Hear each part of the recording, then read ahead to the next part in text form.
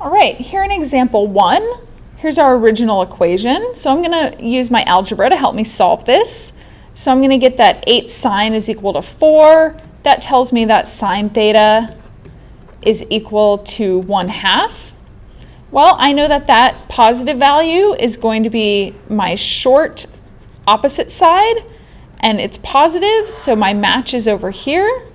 So my first theta value is, and I don't need a reference angle because my first one is in quadrant 1. So my first value, that short angle, is my pi over 6.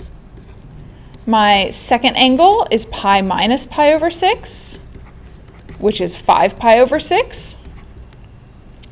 So that tells me that my general solution is going to be pi over 6 plus multiples of 2 pi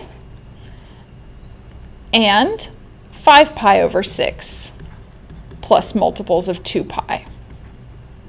So now my particular solutions, I want all my values from negative 2 pi to 4 pi.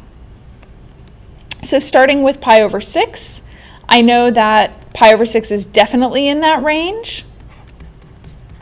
I'm going to start subtracting to get my negative values. So pi over 6 minus 2 pi over 6, that's negative 11 pi over 6, and that's as far as I can go negative without going past this. Adding multiples of 2 pi, when I add 2 pi, I'm going to get 13 pi over 6. If I added another 2 pi, I would be greater than 4 pi, so I'll stop there. I've got 5 pi over 6. When I subtract 2 pi, I'll get negative 7 pi over 6. Adding 2 pi is going to give me 17 pi over 6.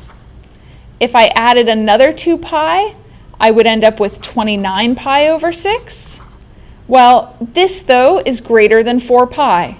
So I've gone too far, and these are all of my particular solutions.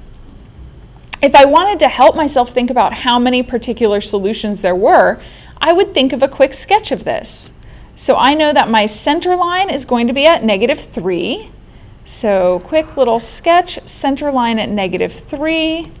My max would be up 8 from that, so up at 5, down at negative 11, negative 3, 5.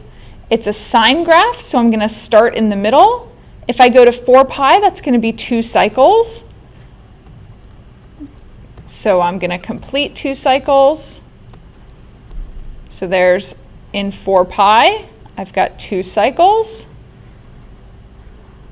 And now if I go negative 2 pi, that's going to be 1 cycle. All right, so now I want to think about being equal to 1. That's going to give me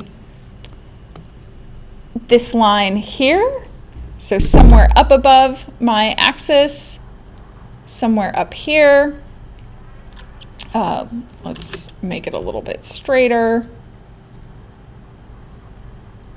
All right, so I know that I should have started right in the center on my axis. So my graph is shifted a little bit. My y-axis should really be right through this point.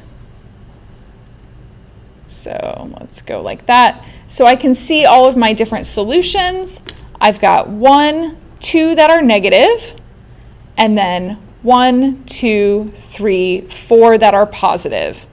And I've got 2 values before 2 pi happens, and then another 2 values between 2 pi and 4 pi.